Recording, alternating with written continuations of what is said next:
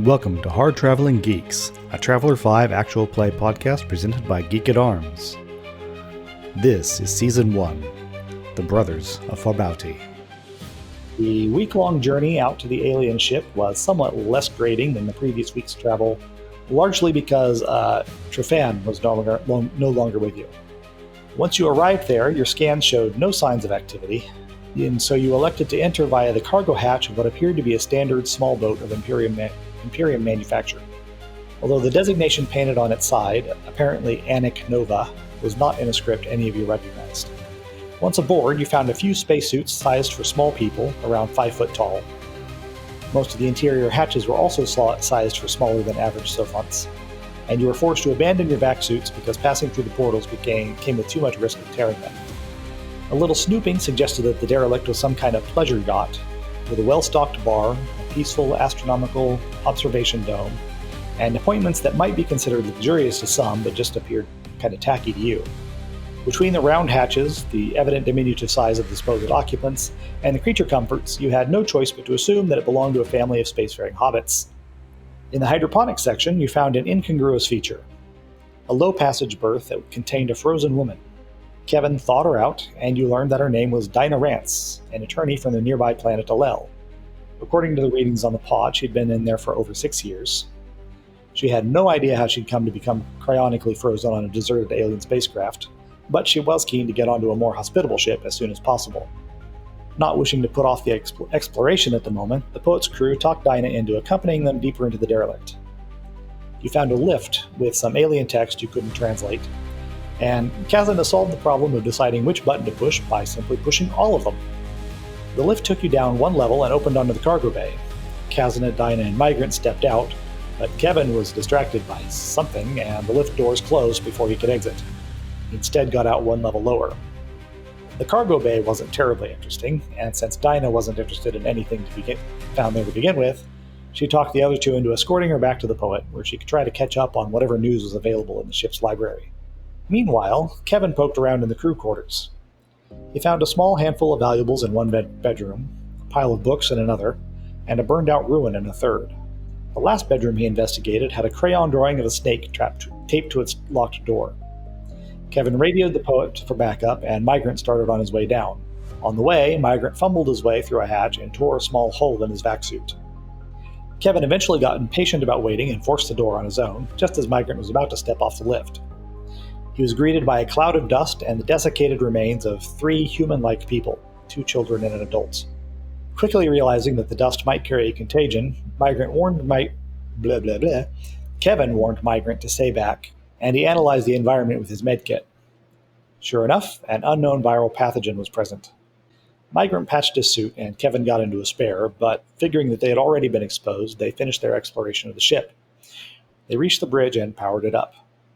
Turning the systems on caused the ship to deploy an enormous solar sail that apparently is intended to power up the 2 jump drives present.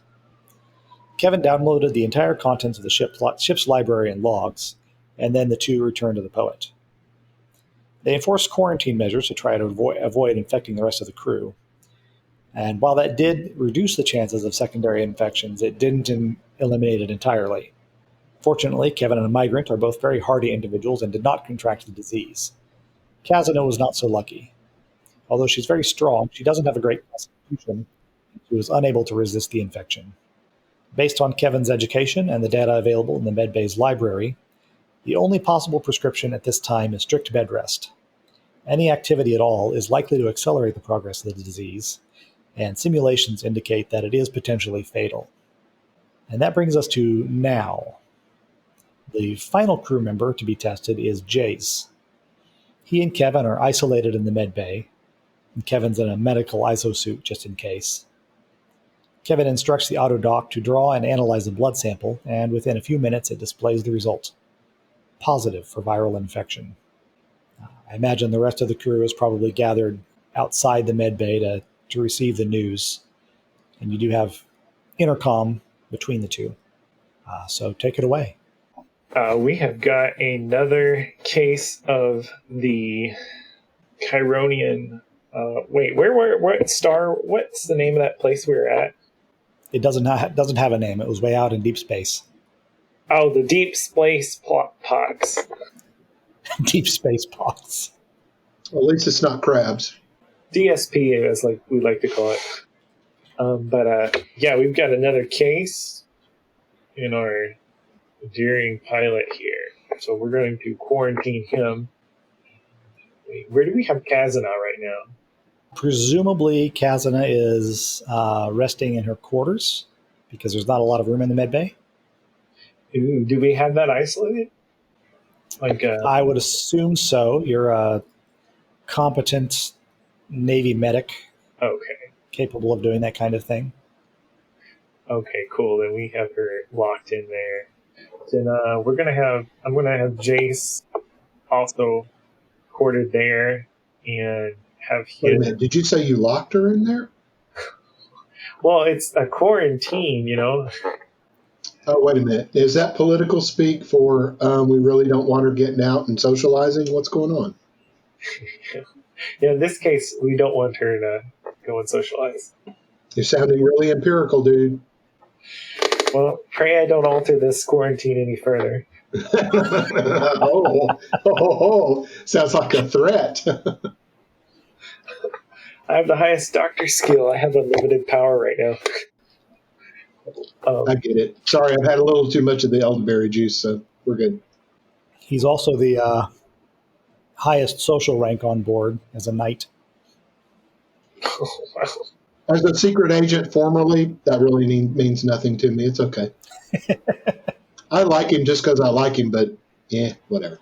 If you had a high social, you would burst in undercover and they'd go, "Hi, Grant, the super spy."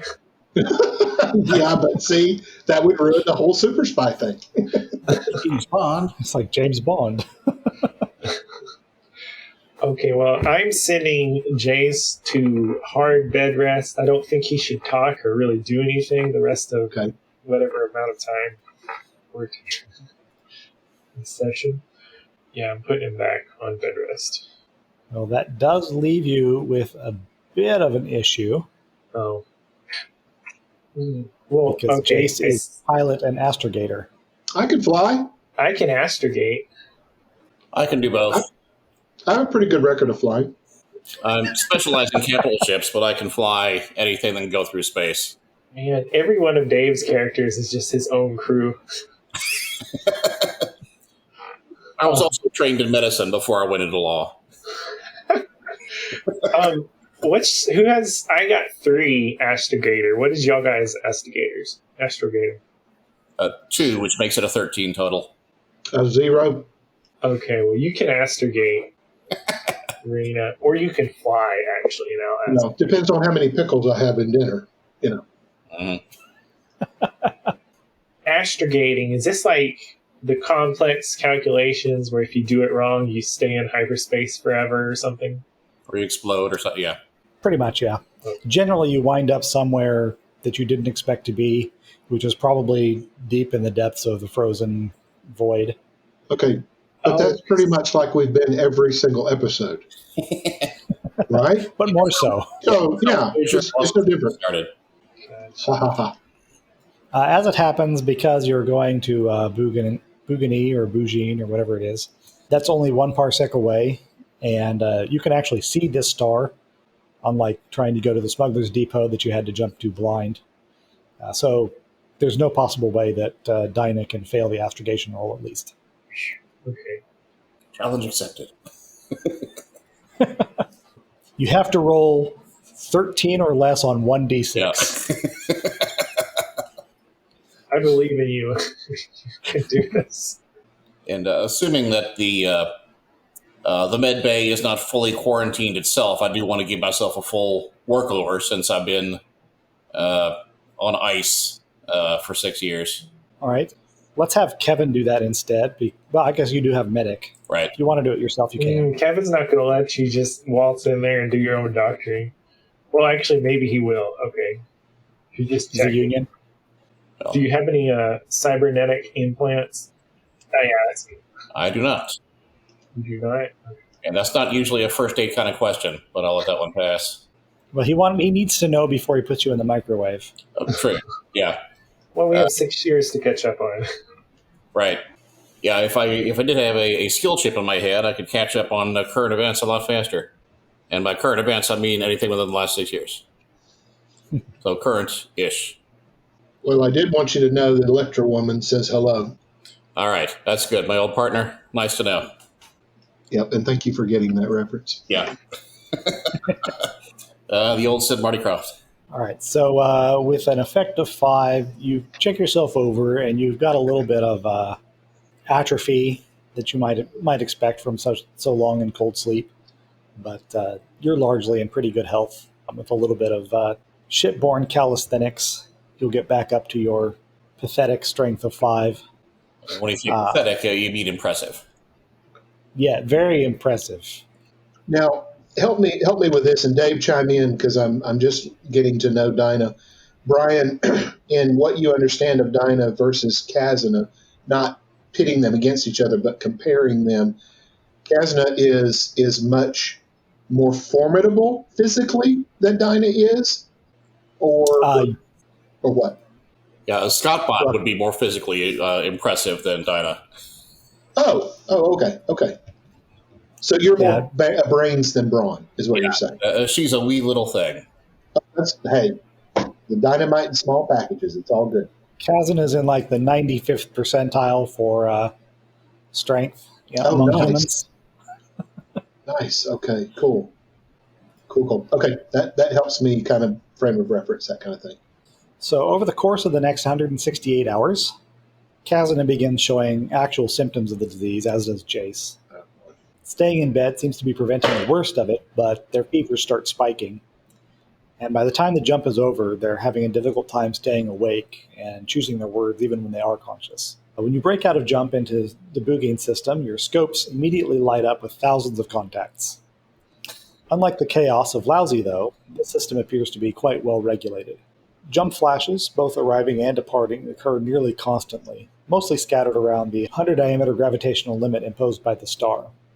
Arrivals quickly set their courses for a huge space station in orbit around the main world, obviously directed by a central controller. And sure enough, about an hour after your arrival, you receive a narrowband comm signal on a standard commercial frequency. Armed Poet, this is Boughene System Control. Your arrival has been noted at 38 hours, 43 minutes local on 332-1105. We don't have you in our database. Is this your first visit? This sounds like a really cheerful chap.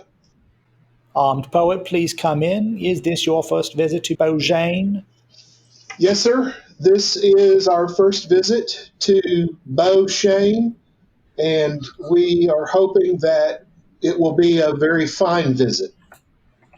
Very well. Standard docking fees are $1,200 per day for a docking arm, $3,500 for a landing bay, or station keeping at $100 per day, which includes a 10-minute small boat dock, or you may arrange for independent shuttle services. Fuel is 500 credits per ton. No fees if you elect to skid the gas giant, but will require a waiver for damages arising from accidents during any such operations. Please transmit passenger list, cargo, and freight manifests and mail at least 6 hours prior to docking. Customs and immigration enforcement officers will be on hand at that time. Boughene control out. Okay. I wanted to ask him, what if we didn't dock? That was station keeping at 100 credits per day. 100 credits per day. So once you're a bit closer, your scopes show that there isn't much activity on the planet itself, but the high port is among the biggest space stations you've ever seen. It's also quite beautiful, a fractal structure of interconnected cubic subsections of various sizes, arranged in artful patterns. It's difficult to really get a sense of the usable volume, but at a guess, you'd estimate it could probably house millions. They did request cargo and freight manifests if you're planning on offloading any of your goods. Passenger lists, maybe Dinah counts as a passenger, and you're not carrying any mail. Man, I really need to consult with Qazyna right now. All right, so I look over at Sir Kevin and Dinah. Seemed to be a cheerful chap, and he did give us a lot of information to try to process in a matter of 7 seconds.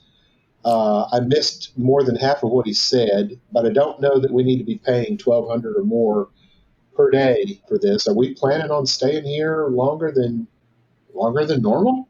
Well, I think we have some people who need medical attention, and I don't know what kind of facilities they have here. I assume a lot better than we have on a ship, but I'm not experienced enough with this kind of thing to know what the treatment might be. Okay. I think we should plan on being here for at least maybe 2 full days just to get them a good check over at a nearby medical facility. Okay. Do you feel cognitive enough and kosher enough to possibly do a little recon for us? Maybe head down to the planet and or the station and see what kind of facilities they have. I could do that, but with all of my experiences being 6 years out of date, I'm not sure I could tell a good thing from a bad thing at the moment. And I do have some personal stuff I would like to catch up on. Okay. So it might be best if 2 of us went. Okay. Kevin, what do you think? I mean, we don't know what they have. Yeah, it looks gigantic. It looks beautiful. There's probably a million people down there. I mean, I don't know, but do we know that they have what we need to get our friends back on their feet? Should we not check it out first before we kind of make commitments to pay all of this money? I mean, I'm familiar, I've heard of their tech here, and they should have what we need. Okay. GM, what tech level is this space station? It is tech level 13. Oh, wow. And they are not cannibals. They are not cannibals. Okay. Based on, this is a major world on the X-boat route, so all of you naval types would know at least a little bit about it. It is an extremely high-tech world with very loose laws. It's not quite the Wild West, but it is very permissive. And it is a sizable population of the system is almost entirely living on this space station. It's got several universities, many hospitals. You will definitely be able to find competent and useful medical technology here and care. Okay. I'd like to use it. I'm sorry. Go ahead, Dave. I'd say, and speaking of docking fees and stuff, I have no idea what my financial state is like now. Maybe my investments really grew in my absence. Maybe somebody claimed life insurance on my behalf. I have no idea, or I might be dead broke. So I can't help, at least right now, regarding that. The current ship's treasury, by the way, is 82,780 credits. Dinah, as far as I'm concerned, you haven't shown me to be untrustworthy or that you don't want to be a part of what we're doing. And so, whatever my casa is your casa. So however that phrase goes. So I would say, don't worry about that. We can figure out the details later. Kevin, are you on board with that? I mean, I feel like Dinah kind of just needs to be a part of us. Well, you are my rescuers, so I do feel a debt. Whether you do or not, I do feel like I owe you some service. Hey, that's fine. I'm from the life that I've come from and what I've been through. I'm not going to argue one way or another. I just want you to feel welcome here. I want us to be able to be a team, a solid unit. We're going into this place that. Brian, can I spend a curiosity point to try to understand the social, economical, political landscape of this place? Sure. Go ahead and roll it. All right. And that's just a 2d6, right? Yeah. If you'd roll right next to the curiosity skill on your sheet. Yes. Thank you. That was a very, very good roll. Yeah. Ooh. You are exceedingly curious. Yes. All right. So, do I ask questions or can you tell me? How about I'll start by telling you a few things, and then Cool you can ask questions from there, and I'll have to make things up because there's not a lot of information about this place on the Okay. Cool. Nobody actually lives on the surface. There's a few people that work there extracting chemicals from various exotic life forms that are there. The station used to belong to one of the mega corporations, General Products. But a couple hundred years ago, a cabal of local execs kind of did some double dealing and engineered the sale of the station to themselves and then applied to the Imperium for membership. General Products fought it for a while, but eventually accepted the status quo and still has its corporate headquarters here, even though they no longer own it. So it's got this history of being very corporate, and it's not been a member of the Imperium for very long. And there's currently, I don't think it has any nobility living here. And it is an X-boat, part of the X-boat network. Okay. You said Questions? it's loose laws. What is the actual government structure then if there's no nobility? It's kind of an oligarchy. The descendants of the executives who purchased the station still rule, Okay. but it's kind of like Imperial China used to be, where there's a large bureaucracy of appointed people that rise to positions based on their perceived morality and capabilities. So is it a loose caste system, so to speak? Not really a caste system, but because people can move based on their abilities. Oh, okay. But there is an awful lot of nepotism and favoritism that goes on. Gotcha. Okay. Is it by what we can see so far? Can we tell where, and for lack of a better term, can we tell where Rodeo Drive is versus Shantytown? Yeah, the station kind of undergoes this constant cycle of gentrification.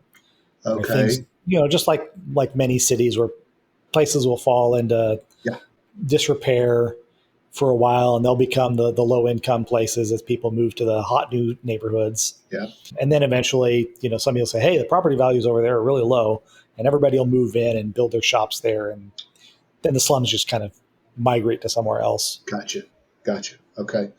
How much agriculture can be found here? Any? Not really a lot of agriculture. There's a lot of distributed hydroponics farms. Oh, okay. Because the surface isn't hospitable at all. And so growing crops in the normal fashion isn't easy. And so they supplement their hydroponic stores, which also provide most of the oxygen, carbon dioxide recycling through plant life. But they supplement that with a very large amount of trade. Oh, okay.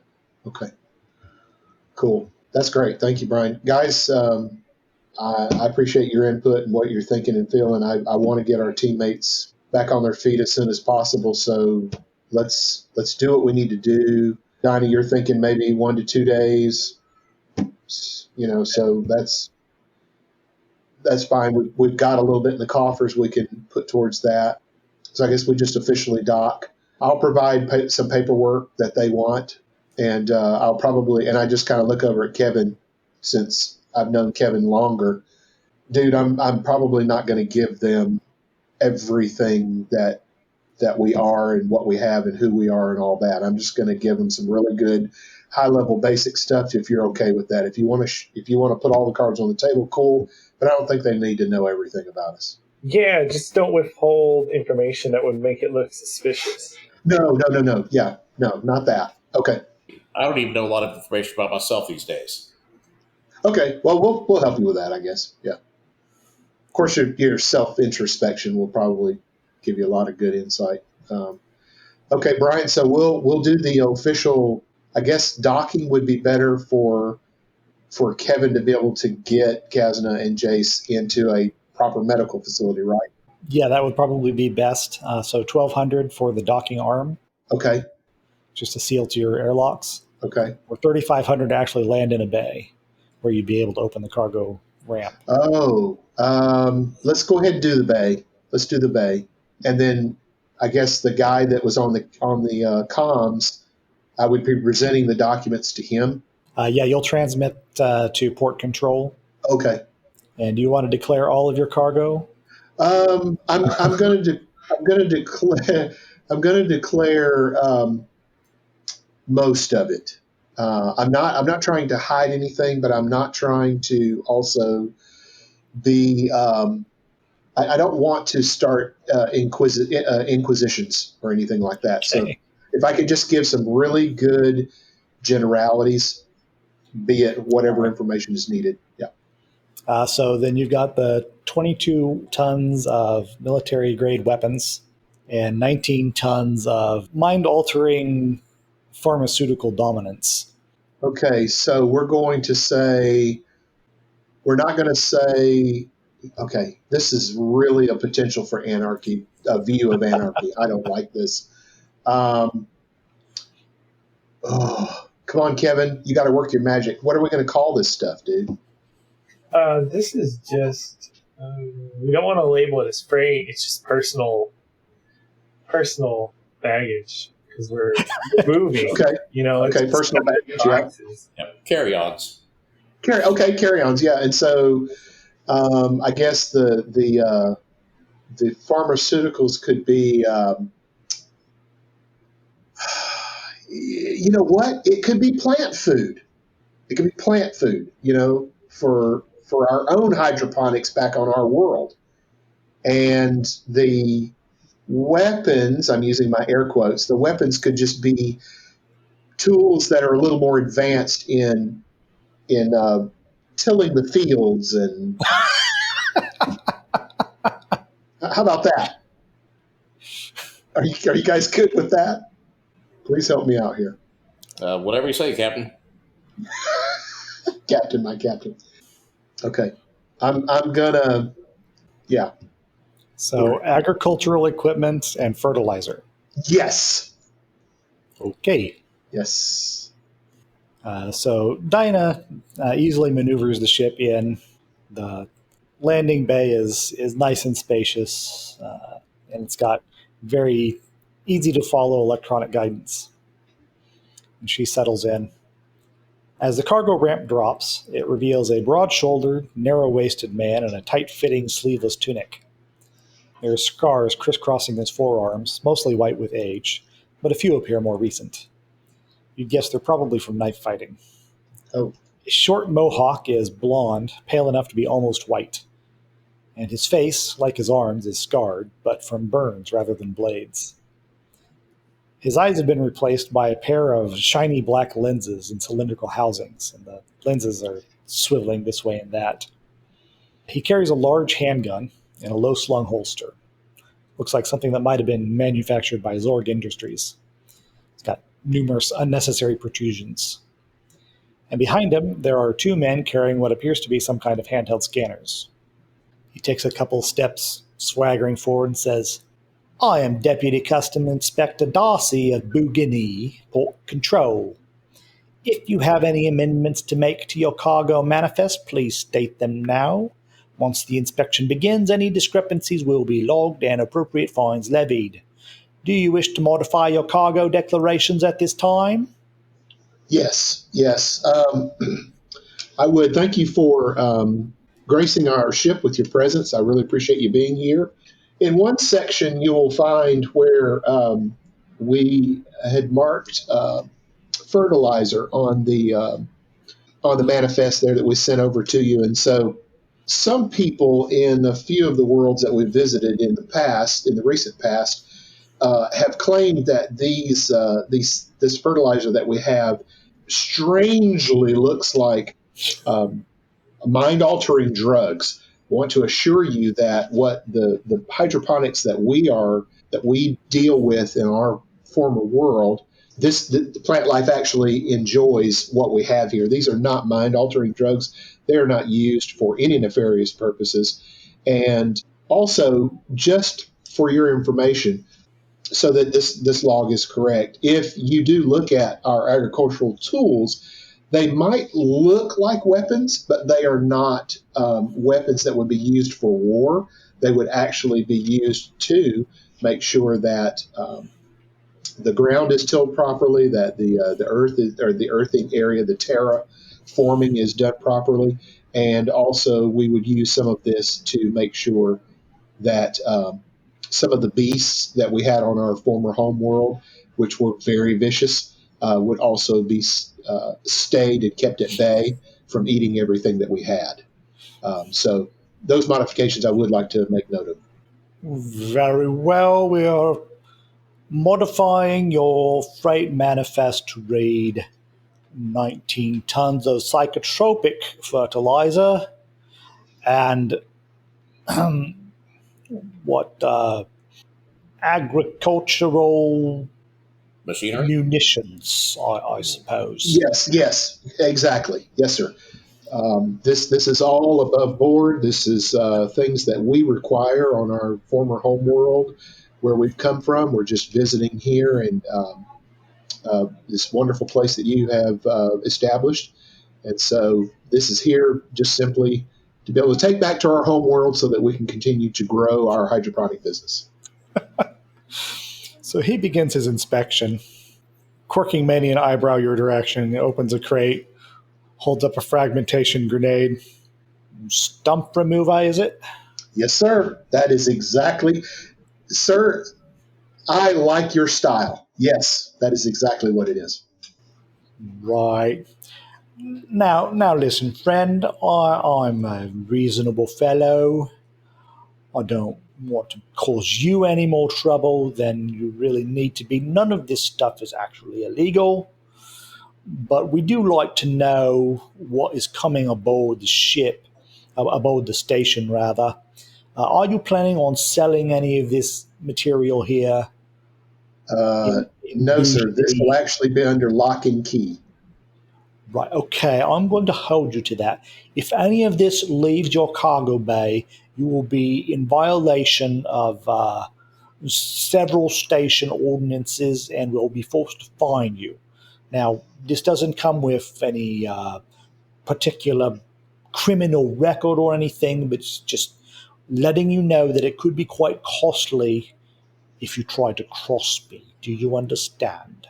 And so I'm going to kind of move a little bit close to him and I'm going to put my hand on his shoulder, not suggestively, but just in a friendship manner. And I want to kind of, His little lenses. Gee.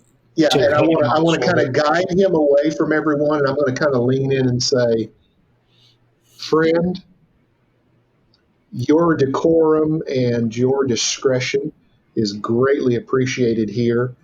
If anything that you have seen so far is something that would be of a personal benefit to you or a benefit to your department, and I could share this as a gift for your cordiality and your hospitality, I would make arrangements for that. If not, our agreement stands, and I will honor that. this sounds like a personals You role better here. believe it. I am stumbling through. Personal interaction rules. All right, so this is definitely a persuade of some kind. Uh-huh. And it sounds like you're either appealing to his greed or trying to charm him. Which would you prefer? At this point, because I'm not quite sure of his read, because I'm kind of reading him either way, I'm going to, and I sure wish I was Kevin at this point, but I'm going to appeal to his greed. Okay. So then, appealing to your available tactics, morality definitely doesn't work. Okay, I'll let you say you could choose the tactic of pay, or bribing him, or flatter. I would like to work on the pay part as far as items that would be exchanged in payment because I'm not really feeling the flattery right now. Okay. I don't think I know him well enough to do that yet. In that case, you are not able to use inferiority as a mod. Okay. Superiority obviously wouldn't work. Right. I'm assuming you don't want to potentially start a fight, so violence is off the table. Oh no, yeah, no violence. Can you make a case to me for similarity? Oh, similarity between the two of us. Mm-hmm. Oh, I believe I can. Noticing that he has as many scarring and scoring and looks like some artificialness to his person, I also have that in similarity. And I believe that with him carrying the sidearm as low as he does, and with the swagger that he has done certain special operation type work, and I have some experience in that. And so I would look to lean towards, no, I'm not going to walk in here and go, Semper Fi Oorah, because I don't know that level, and I'm not necessarily Navy, but appealing to the sense of doing things that are of a special operations nature, and then paying for it with some physicality, being buffeted against or harmed or whatever, and then having cybernetics or artificial things going. So that's how I would play that. Okay, that being the case, I'll give you the +1 for the similarity. I'm also going to give you additional +1 for your agent background. Okay. Just because that's given you some, not only this knowledge of how to build camaraderie, but also just techniques for dealing with bribery and officials and that kind of thing. Yeah. Okay, that's so wonderful. That makes your target number an 8 on 3 dice. Okay. All right. So you want to add any luck to it, or is it? Or no, I have the luck. You have either curiosity or insight, right? Yeah, I have curiosity. Right. Yeah. Ooh. Yeah. Ooh. Yeah. Thanks. That's all right. Scary. So he's looking down at your hand on his shoulder, and he reaches over and takes you by the wrist and removes it. He says, "Well, so you have burned any amount of goodwill that I was willing to extend you. I want to be very, very clear and say, if any of this material winds up circulating about the station, I will be taking it up with you, sir. So keep your nose clean. You understand me?" Nostrils are clean and clear, sir. Good. He turns on his heel, gestures to his men, and stomps down the ramp. And I flick my chin at him just because I feel like it. All right. And he had introduced himself as Inspector Darcy. Darcy. Okay. So you know who you're possibly messing with later. Great. So Mr. Darcy is full of pride and prejudice, huh? Indeed. Indeed. Okay. Boy, I should have had Kevin blow on the dice. I'm telling you. So we need Greg here to take all of the bad dice luck. Yeah. I didn't think of this at the time, but in the future, if Dinah was also there and inserted herself into the negotiating, is there a way to assist with that kind of thing? There's not really very good assistance roles in these rules, but I would probably rule that if you had skills that you wanted to add to the attempt, then I would probably consider either having you make a roll against those skills to give an additional bonus, or maybe just add them straight to it. Yep. Okay. Yeah.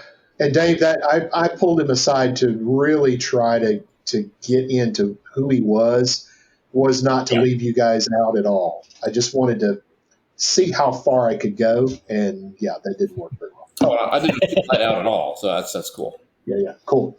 But yeah, I like your idea because that may help us, be able to work together. Okay, so we are docked and we're official now, right? Okay, so we need to get to medical, right? If that is your plan, that seems like a good idea. Yeah. What do you think, Kev, Dinah? Ready to take our teammates? Well, we were going to go first, I thought, to see what was available. But with them being so high tech compared to where I'm from, we can just roll them all out now, I guess. Yeah. Before we leave, Brian, I want to. I'd like to go ahead and grab up. I think we have somewhere in the storage closets. We have larger, almost like a heavy-duty mag locks that I can put on the doors of both of these storage areas. I want that to be if someone from what's his name again? Darcy. Darcy. If someone from Darcy's thing comes back just to kind of check on us, I want to actually have a visual that there is this big lock on these doors. Yeah. Okay. Yeah. Like a gigantic master lock on each door. I think we would have had that in the storage area.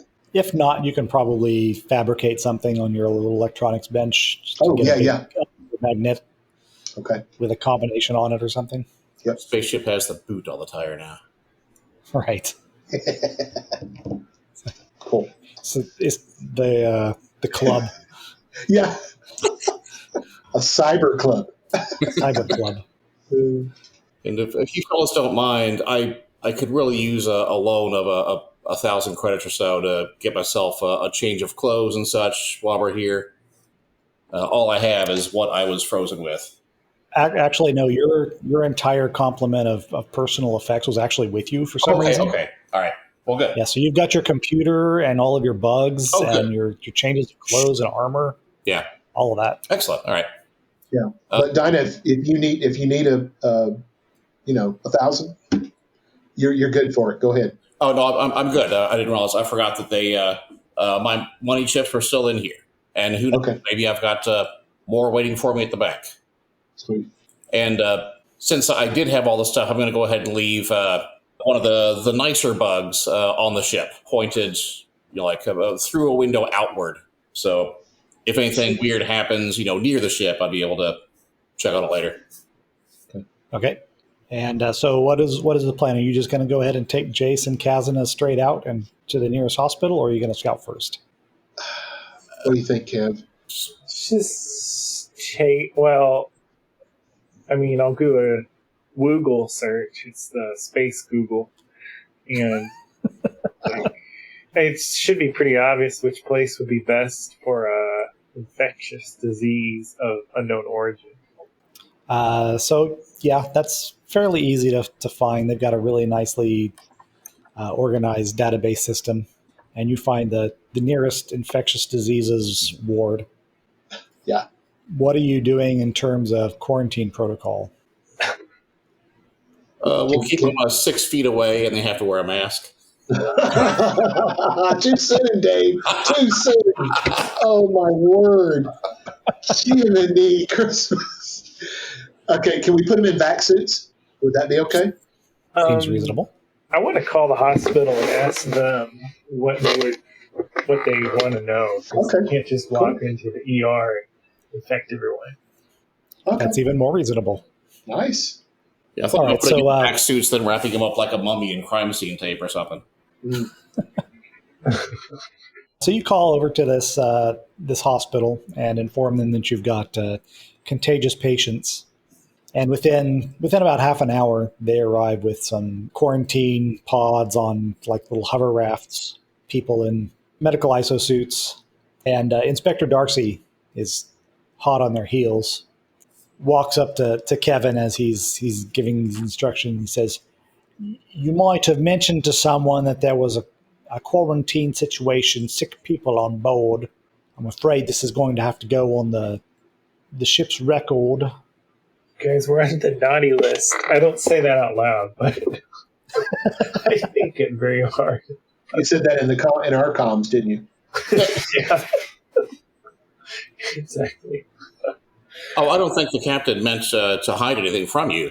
You had, if I understood, asked about the cargo and passengers. This is just some normal members of our crew, and we wanted to come here and get them looked over. So I Yes, don't well, have any ill intent. I appreciate that. However, it would be a courtesy to inform us of that sort of thing. I'm afraid that once you have your crew people offloaded, we're going to have to ask you to go ahead and disembark and go ahead and take up station elsewhere. Because it's a somewhat inconvenience to you, we will go ahead and waive any shuttle service fees, and we go ahead and bring whatever members of your crew back as needed. But you will need to be going through some sterilization protocols. Absolutely. I do apologize for the inconvenience. However, I hope you also appreciate how much you have inconvenienced me. I don't think we see it as an inconvenience on our part at all. But we're grateful for the service to make sure that we are safe, or at least we hope that we are safe. And certainly apologies and graciousness to you for forgetting to mention. Very, very good. Now, Mr. Dixon, oh, sorry, I apologize, Sir Dixon. I suppose you are the primary physician of record, is that correct? Correct, sir. Very well. You may accompany your patients to the hospital. I do request that you wear a medical ISO suit just to reduce the possibility of secondary infection. Oh, certainly. All right, so they get you into your medical ISO suit, and you accompany Qazyna and Jase to the university, or to the hospital. Qazyna, I know you've been out of play here this whole time. You've got only the vaguest sense of events around you. You recognize when you're moved out of your bed, and there's this tingling sensation of some kind of medical force field as you're put into this pod. And that features strongly in your memories later on. But you lapse into unconsciousness again. And the next time you wake, you feel as if you're living in some kind of a weird jello world. There's people in medics' uniforms all around, but they're moving so slowly it's almost imperceptible. You watch someone move a device of some kind toward your head for at least 10 minutes before you lapse back into unconsciousness. And in all that time, their hand has barely moved a few inches. And then you dream. You find yourself back on the... did we ever decide what the ship that you served on initially was? I don't think it had a name. I'm going to switch over to your history tab and see what we've got here. The unarmed poet. Nope, I don't see any of it. Did you say something, Dave? I said it might have been named the Unarmed Poet was his original ship. Oh. Let's see. I think I have a list of ship names that we can pull from. So we're going to call it the Clear Eye. So you're back on the Clear Eye, and you're just like, this is your like second week on board the ship, and you're really nervous about everything. And I'm going to have some of our other players play some of your shipmates.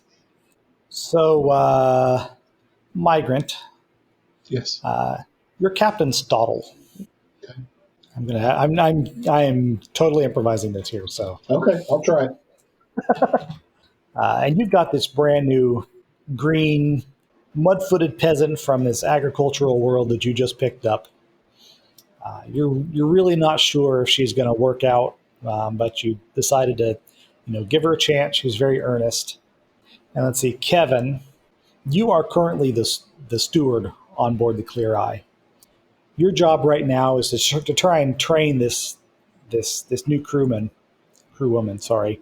in the duties that she's going to take over as a steward, because you're planning on moving to a proper merchant line. You've got a line on a new job, and so you want to make sure that she absorbs absolutely all of the information that she can get as quickly as possible. Dinah, who would you be playing? We'll say you're the bursar on the ship, cargo master, and the person who's responsible for making sure people get paid, making sure that the ship keeps making money. Yeah. Okay. And from Qazyna's perspective, you're seeing all of these people, and you're perceiving them as their particular ranks, but you also see them as your current crew. So you've got actually Kevin and Migrant and Dinah here in your dream, but they're also these other people. Yeah. Okay. And so, second week on the ship, and you've landed on some planet somewhere. What's happening here? What's going on in your situation? Put the burden on you. Yeah. So I'm thinking that at an initial planet, when I'm still new, what's happening is I want to get out and see what's happening, but I've been put on cleaning duty deep in the ship. So if I'm following orders properly, and fully focused on my task, I likely won't get a chance to see this new world and explore it all while we're here. And for the rest of you, I really want to play up a little bit of Qazyna's big insecurity at this point is being on the outside of her social group and not being in on whatever's happening, so that she can be left aside or betrayed easily, and that's very stressful to her. So anything that you can do to make her feel that way is of a benefit. Well, there was that database glitch, and a payroll got missed for her. We thought it was just a glitch. We were going to let the glitch just kind of fix itself and have her just kind of disappear, since she was no longer being paid. It's like that guy from Office Space. Yeah, exactly. And also, we think that he stole a stapler, or she stole a stapler. Are we talking in the right this moment or in the overall dream time of this voyage? Either way, in the way of dreams, this can be jumbled. Things don't have to necessarily happen in the right order. It could have been insecurity on the old ship. Oh, well, we definitely had a trivia night and forgot to invite her until she walked in. Well, there was also that time when Qazyna was doing some cleaning where she was like having to bend down and pull things out of underneath shelves and moving things over. And I had come down and talked to the steward within earshot, and I asked him, did he prepare the special meal for the crew, and how many place settings did we have there ready for everyone? And we were missing one place setting. The newbie didn't make it to the table, and so that's I'm a little chastising of the steward on that, but it is a conversation that Qazyna overheard, in a sense, being left out of this special dinner for the crew. Yeah, so all that flashes back to me. I'm focused. I want to look for the steward, because maybe if I ask, I forget the name already that you gave. The only name I've given so far was Captain Stottle. Alt Kevin. Okay, so Alt Kevin doesn't have a name yet. But yeah, I'm looking for the steward. Maybe if I ask nicely, they'll take over for me today, and so I can have a few minutes outside the ship. Oh, okay, and I'm like, yeah, we could do that. I need to wait. My character is trying to train Qazyna, or is it a different person I'm training? No, that's correct. You're hoping to bring her up and to be the new ship steward. Okay. This is a small independent merchant vessel. Okay, because I want to do something else.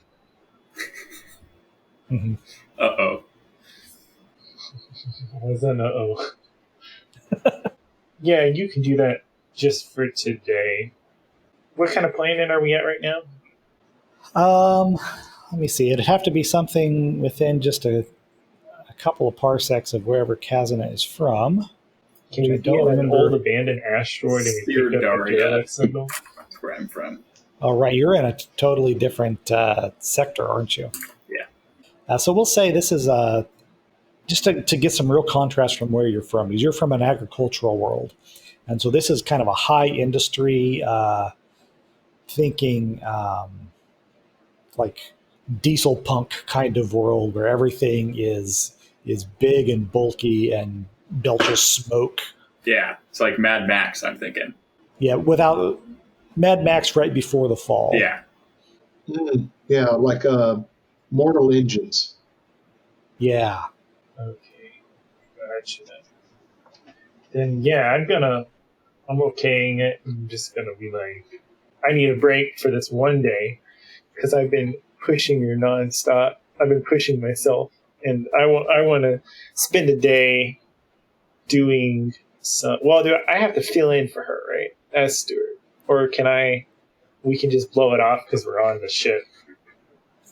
Everybody's that's up to you. If you want to blow off the duties that she's supposed to be doing, so both of you can leave the ship, then Captain Stottle might have something to say about it.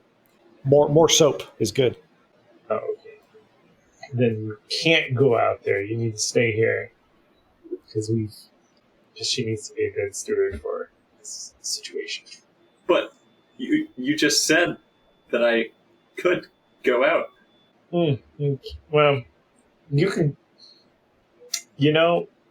I am having a really bad day, and it would really help me if you would do this job, Can I roll insight on the this confusing reversal?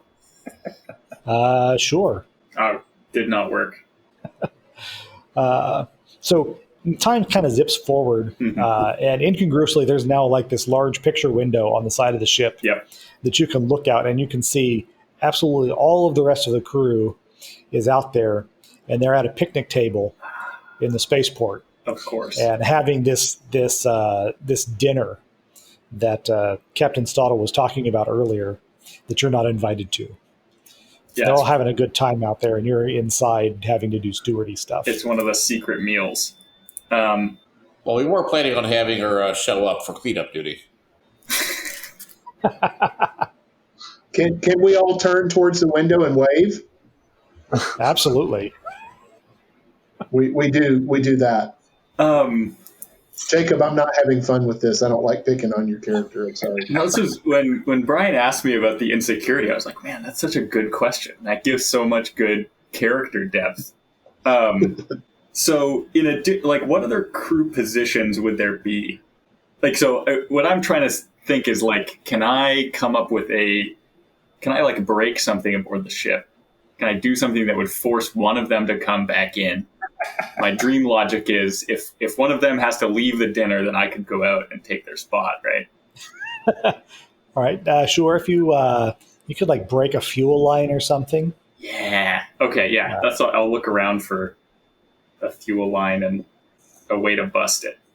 Right. So you're looking around for a way to break this fuel line, and there's Lincoln Lunt right next to you, and he's got this big wrench, and he says, "Yeah, just that one right there. Just give it a good twist. Everything will go everywhere. You'll get out of here." Thank you, Lincoln. I always knew I could trust you, and yeah, I take the wrench and apply it there. All right. So the compartment fills with hydrogen vapors, and it starts venting out in the thing, and the engineer comes running back in to try and take care of it. And so now you can leave the ship and join the picnic out there. That's what I'm doing. I'm slipping out. And so how do the rest of you respond when Qazyna is now sitting down at the table?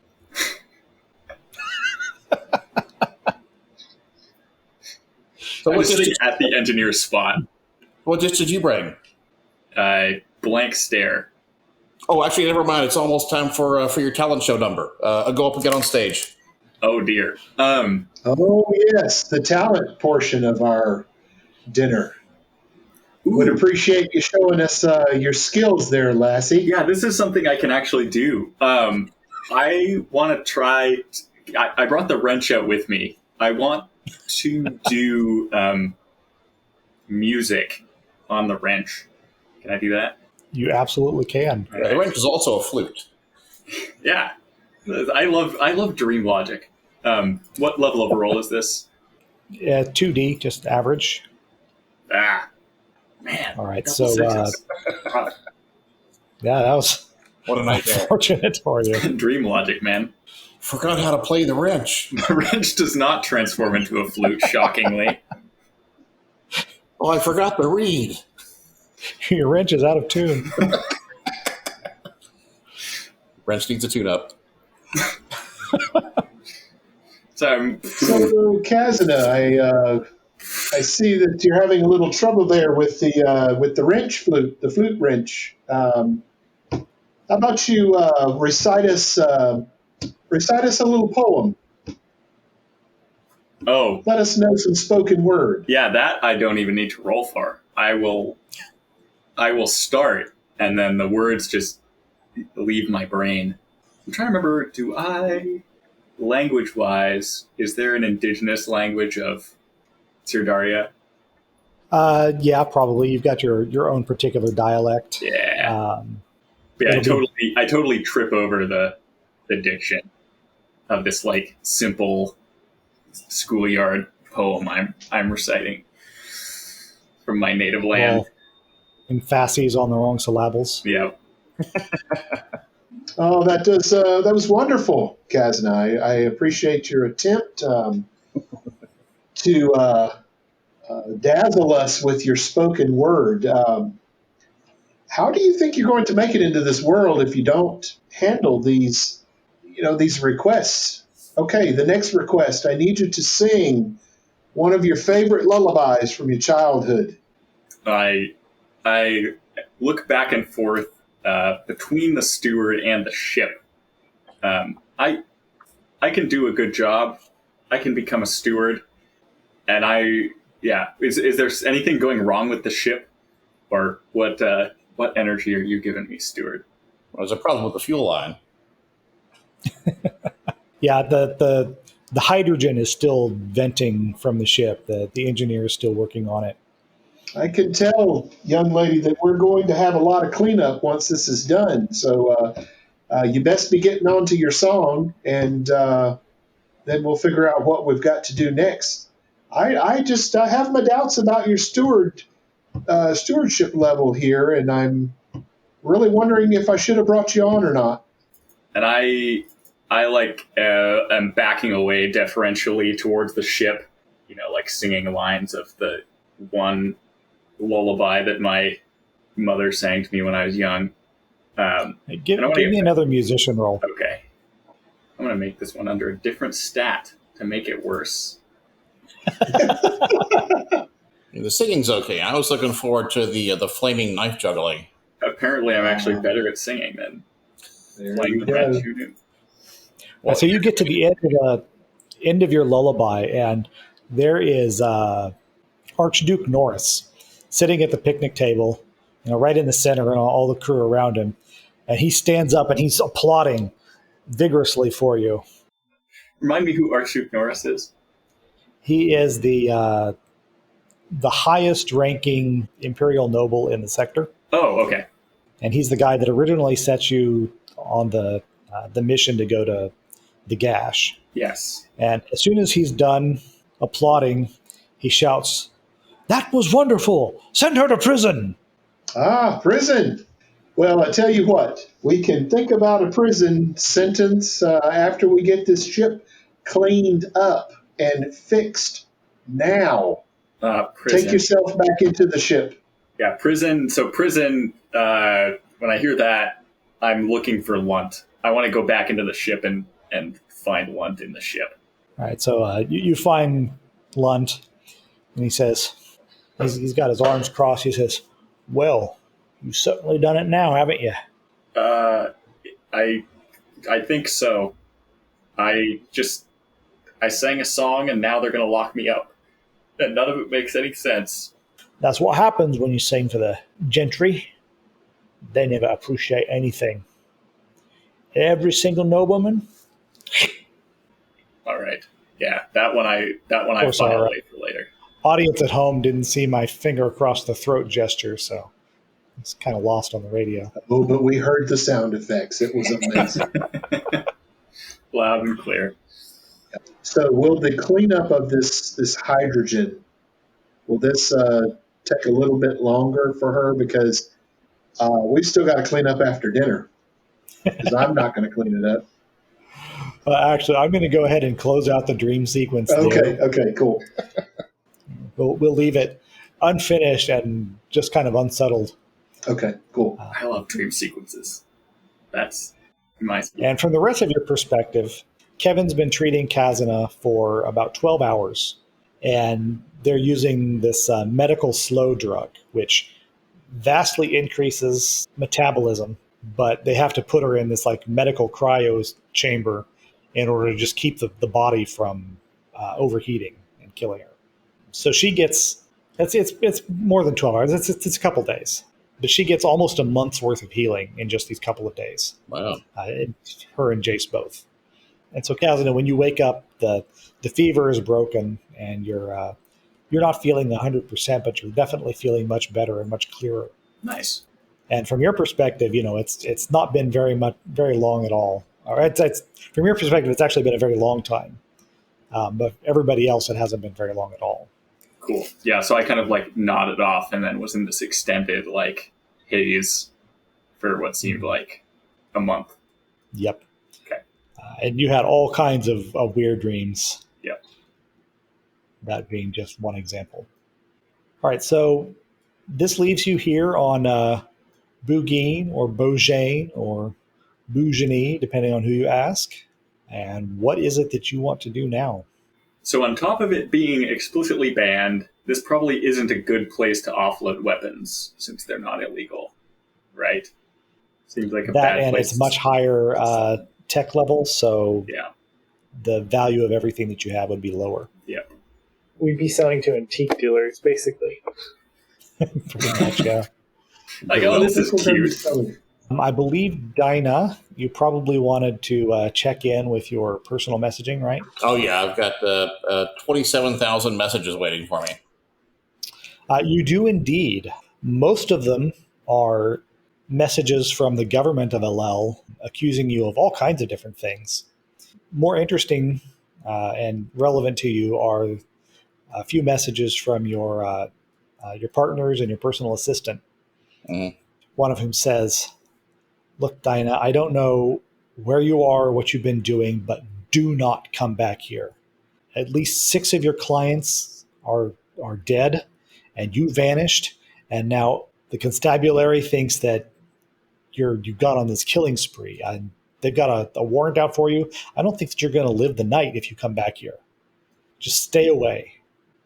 So just like finals week. All right. Oh, that's a sobering thought. I will scour the police nets to see if there's an APB kind of thing out for me still. Apparently, the government of LL doesn't really have very much pull in the Imperium at large, or they don't care to issue warrants. So there's no official heat on you outside of your home system, but you happen to know that they're pretty paranoid and very insular. So it's not really surprising that they're not sharing data with everybody else. Yeah.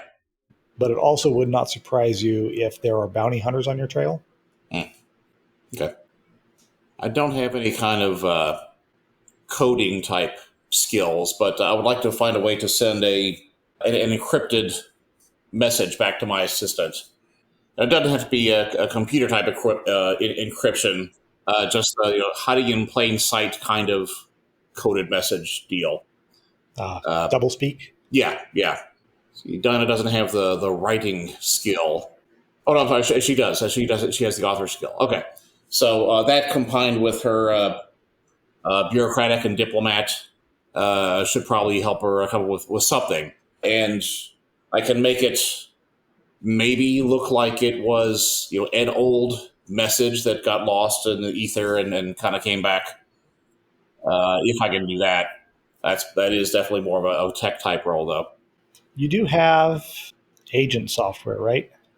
Yes, I do.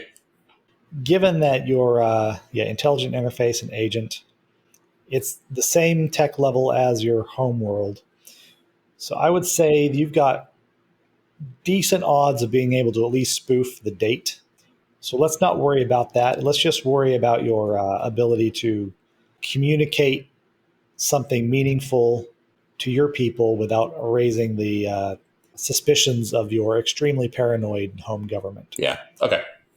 So how about a formidable author role for that? Okay.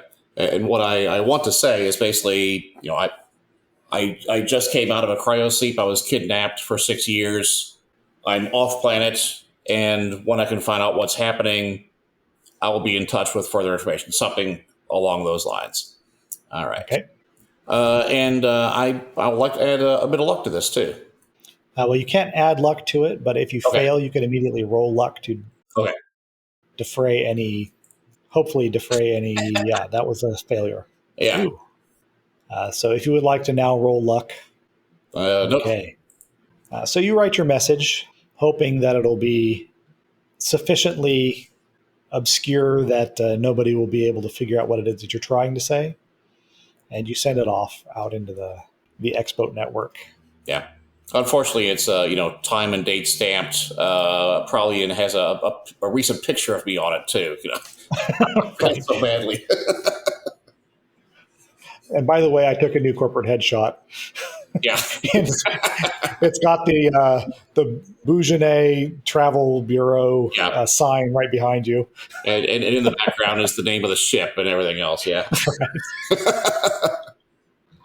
And Okay. what can I find out about my money situation? I assume there are banks that are, interplanetary and such, and a local, ATM or something like that. Well, whatever my financial records back on LL, I can at least access them here. They might be, a little out of date or something like that, but at least I will find out. Am I dead broke? Am I a multi-trillionaire? You have the credits, your personal account that was with you. Okay. So the credits that you had for muster out, you get to keep. Right. Anything that you might have been earning in this interim 6 years has been frozen and cannot be moved off LL. In fact, your messages from your partners are increasingly angry over the first few months of your disappearance, saying that they can't do any more business. All of their clients have abandoned them, and they've all been disbarred. A couple years later, you get some news passed along by your assistant saying that at least the partners have cleared up their own legal issues and they're working again, but it's not looking real good that you'll be welcome back in the firm if you ever decide to return. All right. Besides the whole problem of you now being wanted for multiple murders.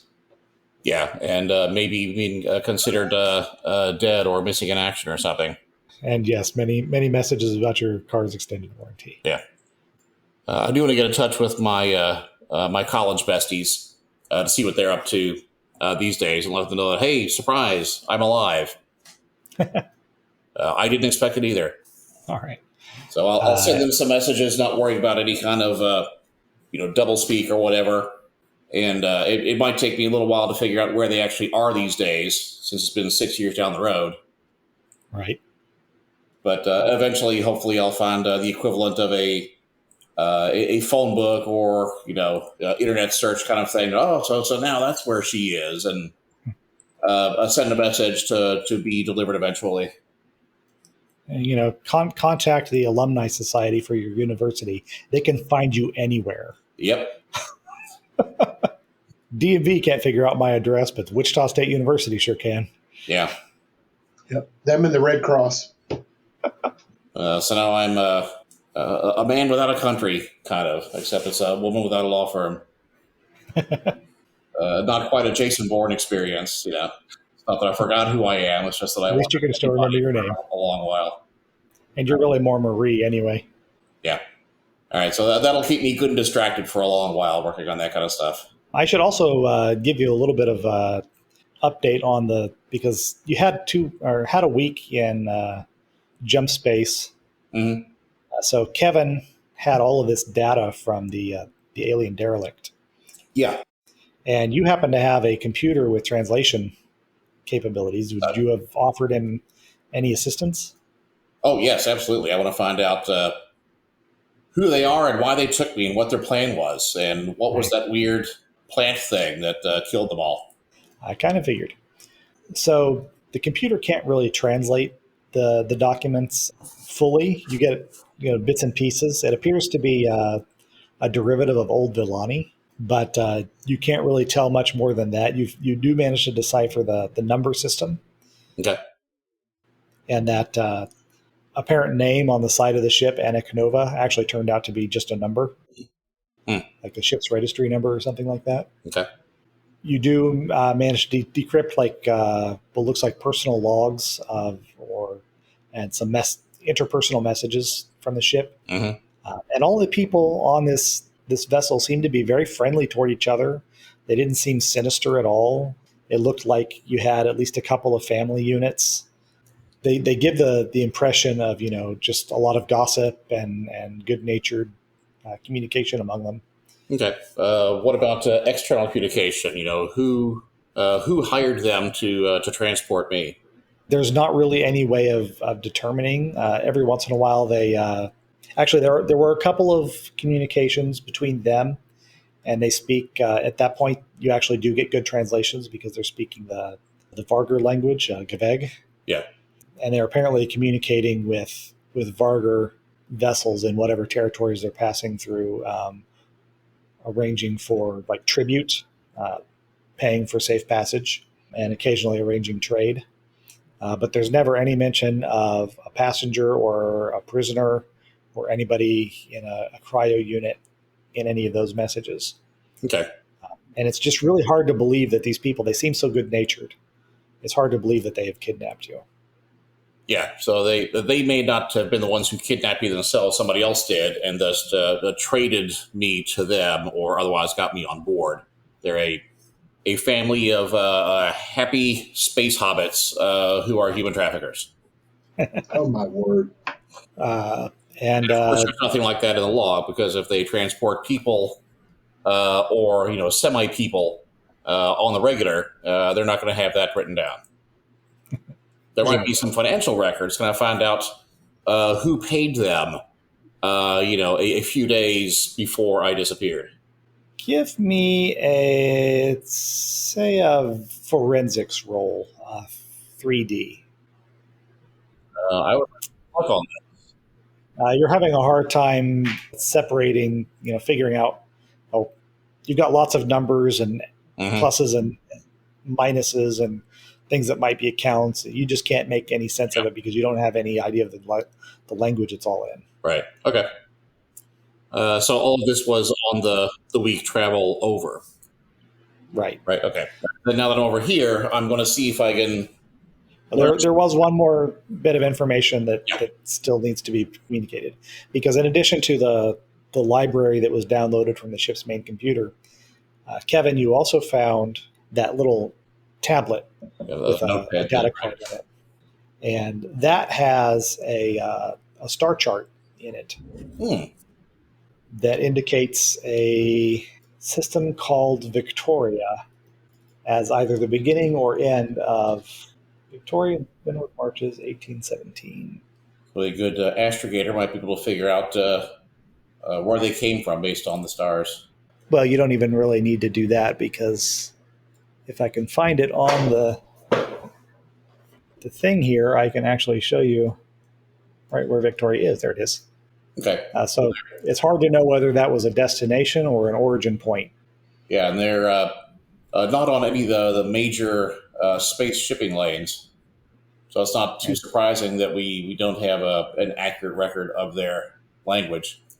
But that might give me another origin point to try to help figure out what language it actually is and how I'd be able to translate it.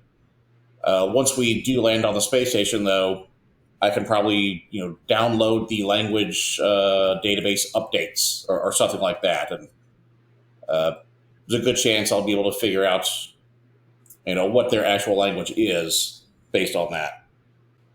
Well, there doesn't appear to be anything in like publicly accessible databases that typical search about this, but if you could find a linguist, maybe. Yeah. Okay. I will look around for a nearby linguist. All right. So then, anybody hunting for linguists, I guess, give me, what kind of a role would that be? Bureaucrat? Bureaucrat or admin, either one, or liaison. Okay, I also want to look for... average difficult? We'll call it average. Kevin, were you also wanting to look for something? Yeah, I want to look for a linguist too. I'm going to use admin. Okay. Oh, we found the same linguist. Both rolled a 6. Dinah, you managed to locate this individual, but actually getting an appointment is kind of difficult. And so Kevin, with your admin skill, you contact just the right person in order to be able to set an appointment. And so the two of you, between the two of you, you get in with this linguist and can show her the material you've got. And since I was blipped for 6 years.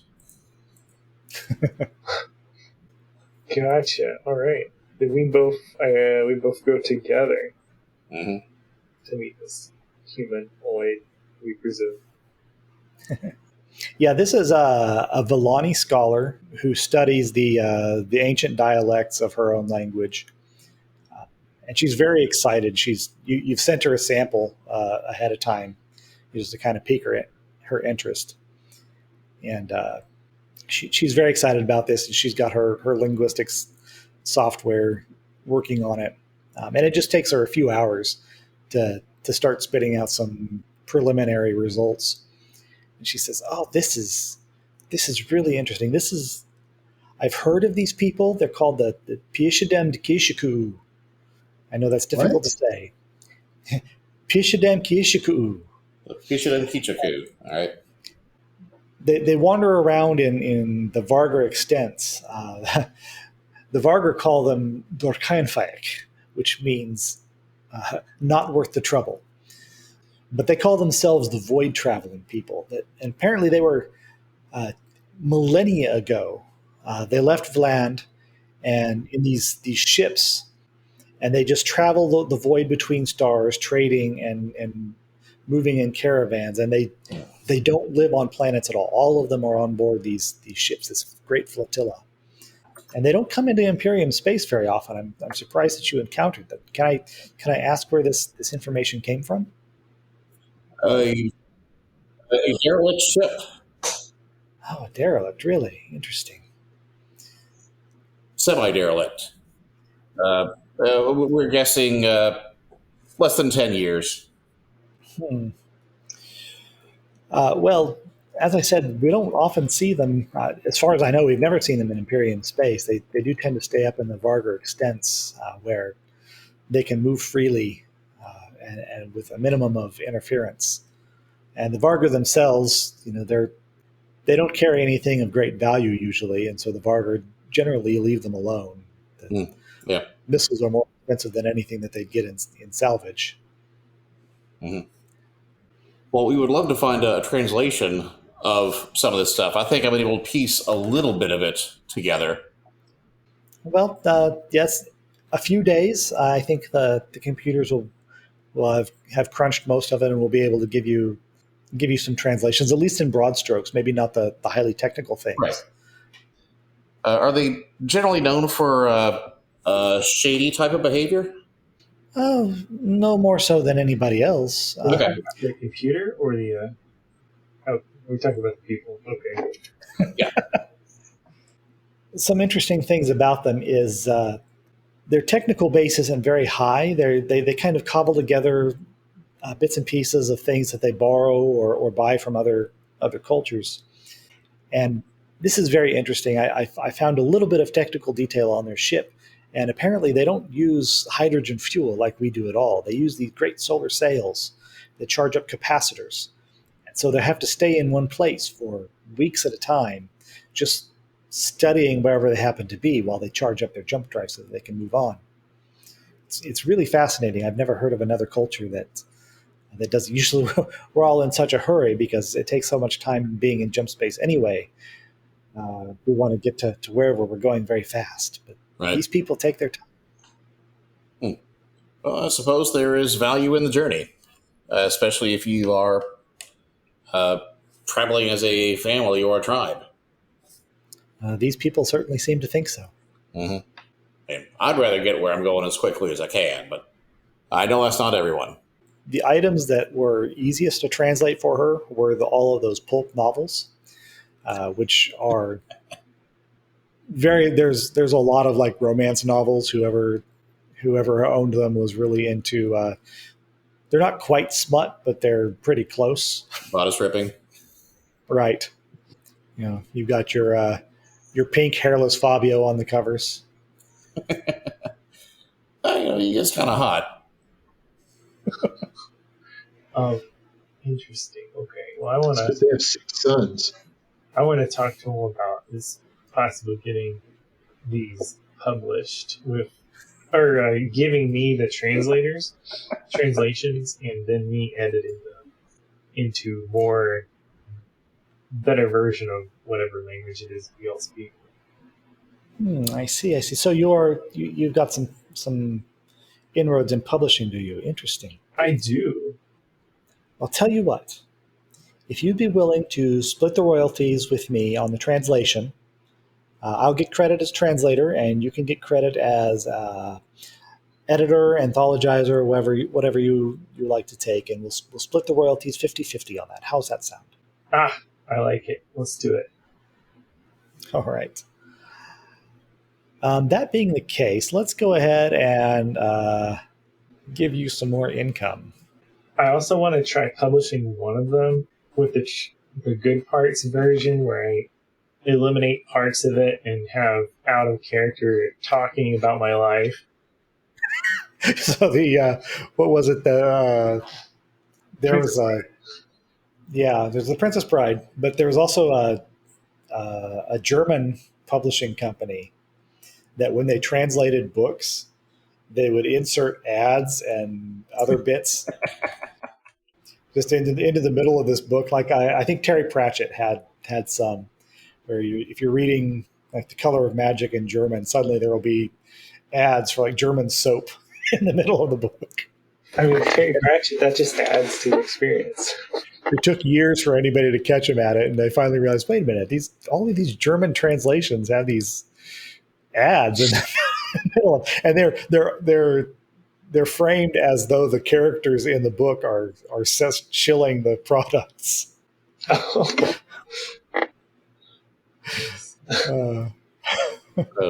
Taking other people's work and putting their own product placement in it. All right.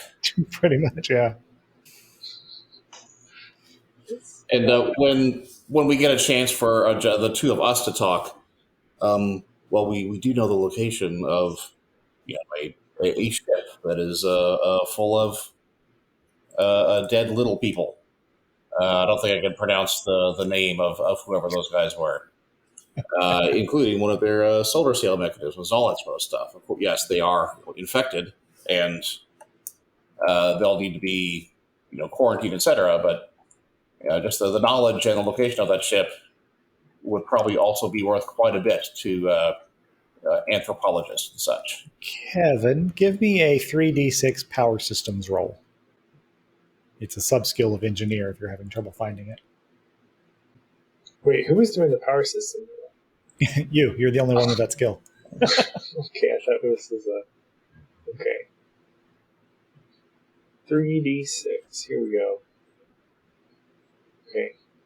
Excellent. Very nice. Based on your education as an engineer, a little bit of engineering education you got in the Navy, that this capacitor that they use might be of interest, especially in like the intelligence community, because it permits a ship to move about without having to refuel. It doesn't leave a trail. It's inconvenient with the way it has to charge for so long, but it might be valuable if you found the right people to sell it to. Ooh, okay. I relay this information To your crew, I presume, not to your new partner. And yeah. Actually, I guess Migrant might have some contacts on that. I don't know if we should pursue it right now since we are kind of undercover. We could put it in the back pocket, right? Exactly. Other priorities? So how are our friends in the hospital doing? Oh, I forgot about them. Yes, I would like to check on them. They're awake and active now. They're fine. Oh, okay.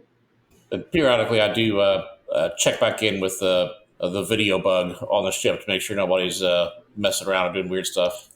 Well, that's been obviated because you were required to leave. So the ship had to go out and be on station outside the station instead of being in the cargo bay because of the quarantine situation. So on the one hand, still not a bad idea to have a bug that looks out the window and make sure nobody tries to blow it up or hijack it or anything. All is good on that front. And on the plus side, you're no longer paying $3,500 per day for being in the landing bay. It's only $100 per day. Qazyna, there is currently a lot of space in your cargo bay if you wanted to try and arrange for some more trade goods. Yeah, that definitely could be useful. We would have to use the ship funds, right? Because I don't think my personal purse is very full. So, will the government allow us to do that since we just had that run-in with the authorities? There's a pretty good chance that they might impose some tariffs of some kind. Well, I'm going to kind of hang back. It wasn't that big an altercation, but Mr. Corncob, has a problem there, and so I'll just let you other guys or ladies do the talking. Yeah, we Yeah. could try to find a liaison again, right? To lubricate the gears. A broker? Yep. So, Qazyna, if you would like to make an average trader roll. Yeah, do that. And then, what kind of goods do they have here of interest? Well, I mean, I figure we can do the details. I on don't this know yet. but- That's one of the things that you're rolling for to find out. All right, cool. Average trader roll. Do we have a destination in mind? Like, we always pick up some messages and transport them too. In order to transport mail, you would have to install a mail vault. Oh, okay. Is mail physical in this universe? Or is the mail vault like an encryption computer? Mail vault is a computer. Okay. And it has to be segregated from your main ship's computer and highly encrypted and so forth. Yeah. I just finished reading Moby Dick, which made me think about, near the end, how mail must work in this universe. Although hopefully here it gets copied. There's not just one copy of a letter, and you have to hope you run across the right ship. Right, yeah. Okay, so you've got non-agricultural imbalances. Apparently, if you want them, there are crates and crates of these exotic animals that they extract whatever something resources out of on this planet. Sounds gross. They're apparently trying. There's another planet nearby, some non-agricultural planet that I will determine later, that is trying to breed these things in another environment, and so they want to export live animals if you're willing to carry them. Space pandas. Space pandas. I like animals. Yeah. My Is vote's this in for it. legal? That's the real question. Almost everything is legal here. Oh, okay. Whether it's legal wherever it's going is another question. So are it's these fine to- experimental animals, like they were bred in experimental conditions, or they're wanting to export them as an experiment? They are native to this system, Okay. and they're trying to establish a breeding population elsewhere. Okay. All right. Maybe they make really good cheese or something. Well, tribbles have a lot of uses. Wait a minute. You mean the animals make good cheese, or their secretions make good cheese? They're cheesemakers. They have a long line of cheesemakers. I mean, that would be cool if you could train like a primate to make you cheese. Your own personal cheeses. Oh dear. Wow. I'm just seeing the little dinosaur-looking thing from that. What was it? Valerian Thousand Planets or whatever, where she tickles under the chin and all the little goblet or the little glowing orbs come out of its butt. I had forgotten the bad parts of that movie. Why do you have to remind me? No, I was thinking of the little creature that like pooped pearls or something. Yeah. I hear. Yeah, so I'm thinking that these animals may poop cheese. I mean, who knows? Isn't that kind of what you were getting at? Maybe? No, I was getting at that there was a local cheese making tradition of the milk okay. of these creatures. I got you. Yeah, they I got all you. cheese chops, Yeah. Okay. I'm following you now. I'm tracking. The planet Yorbund is the people wanting these things, which is over here. No, not all that far away. It's probably just a hop, skip, and a jump. It looks like best route would be 3 jumps, because you can only go 2 parsecs at a time. So you'd have to do 3 weeks to get there. We'd have to be trained a little bit on how to care for these animals for 3 weeks if we wanted to, and make sure we had the whatever their food is and that kind of stuff. There's a way to do this. Probably retrofit some of the cargo bay to give them a run around playing area or all that stuff. Sounds like a lot of extra work. I think a longer term mission could do us good. I don't know. I'm ready to be distracted by animals. One thing I should mention is that on the way to Yorbund, if you take that route, is Beck's World, which is a very low-tech level world that might be a good place to sell your other cargoes. Totally break the Prime directives.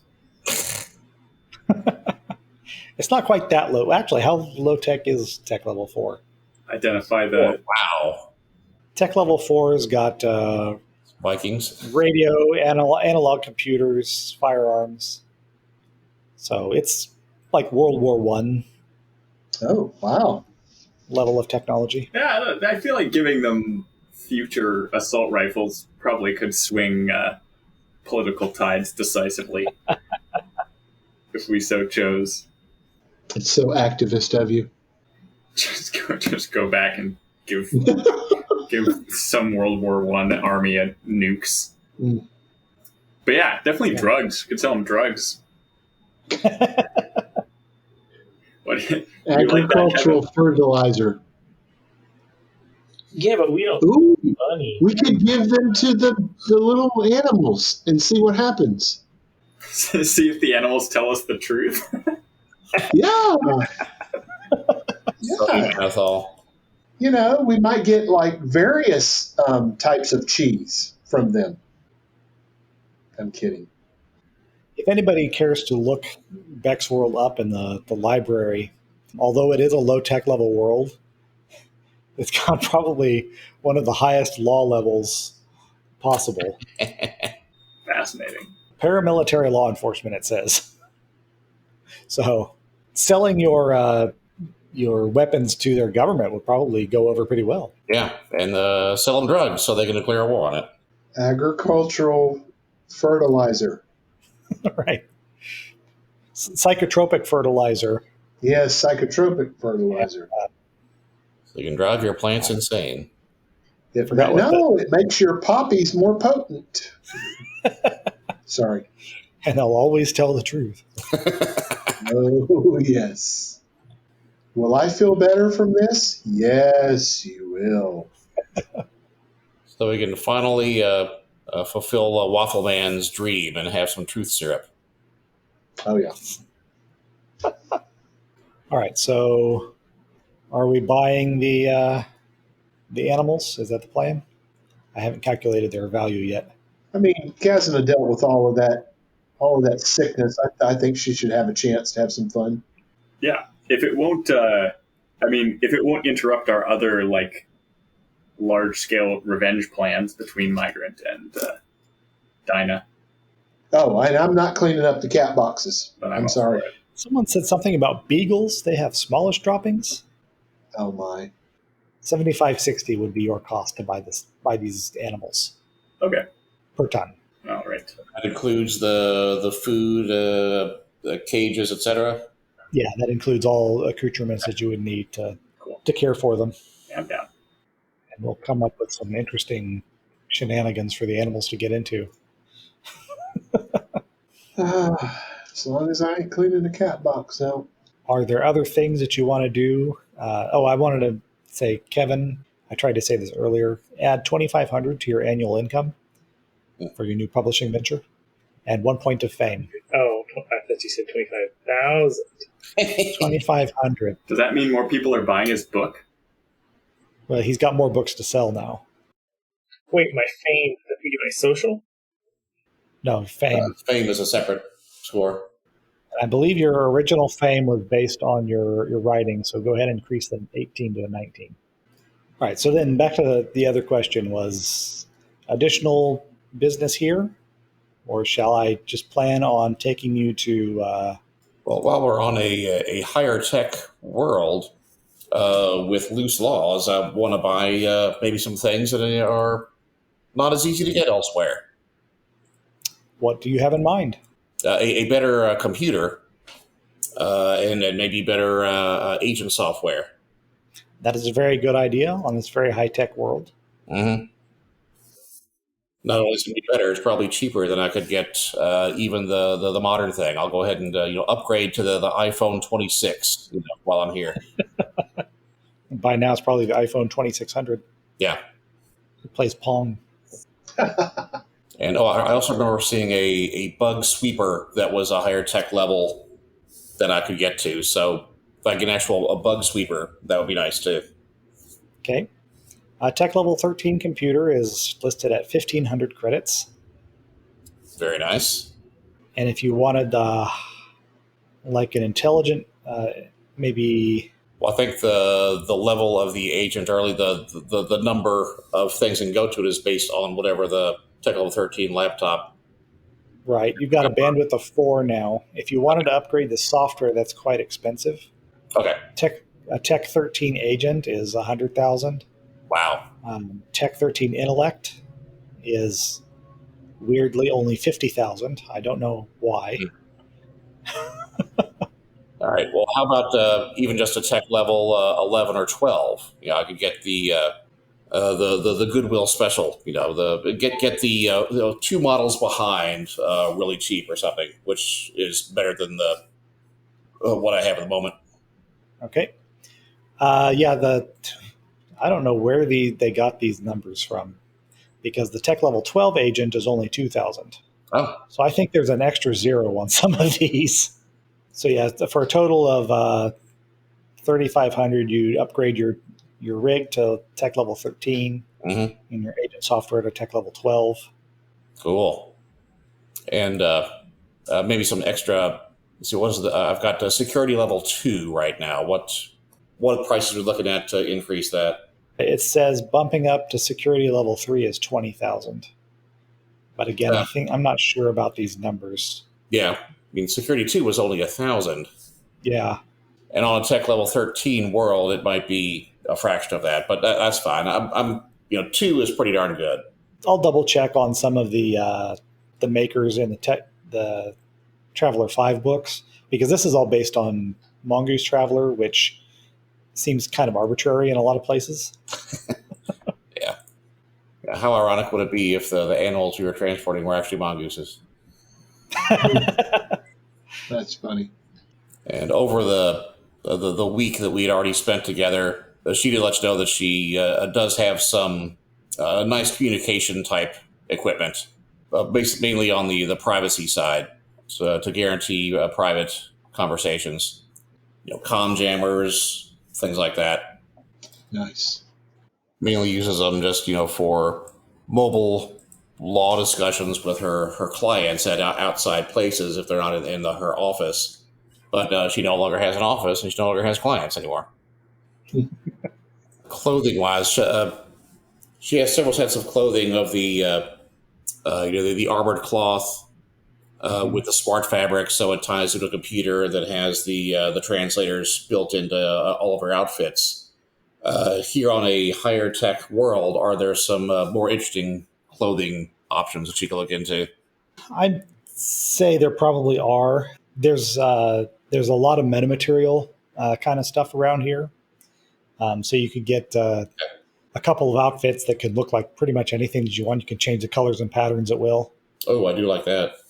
And it'll integrate with your the computer weave will actually integrate with your regular computer, so you'd get the full computer 4 benefit from your computer weave of your clothing, as long as you're within wireless communication range.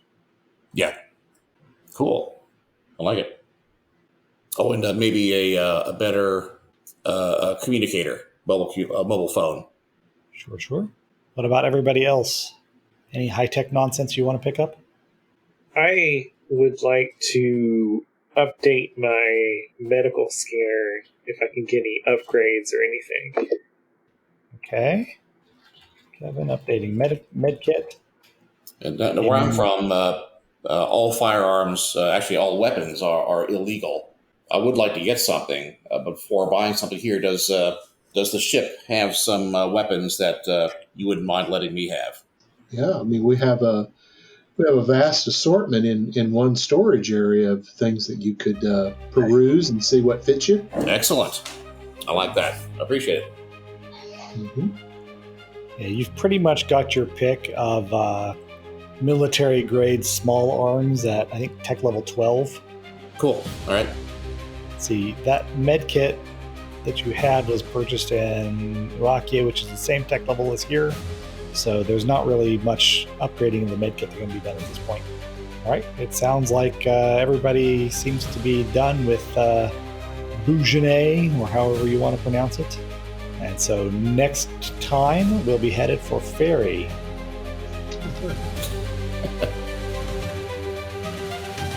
Thanks for listening. This has been Hard Traveling Geeks, presented by Geek at Arms. As always, you can find more actual play experiences and episodes of the Geek at Arms podcast at geekatarms.com.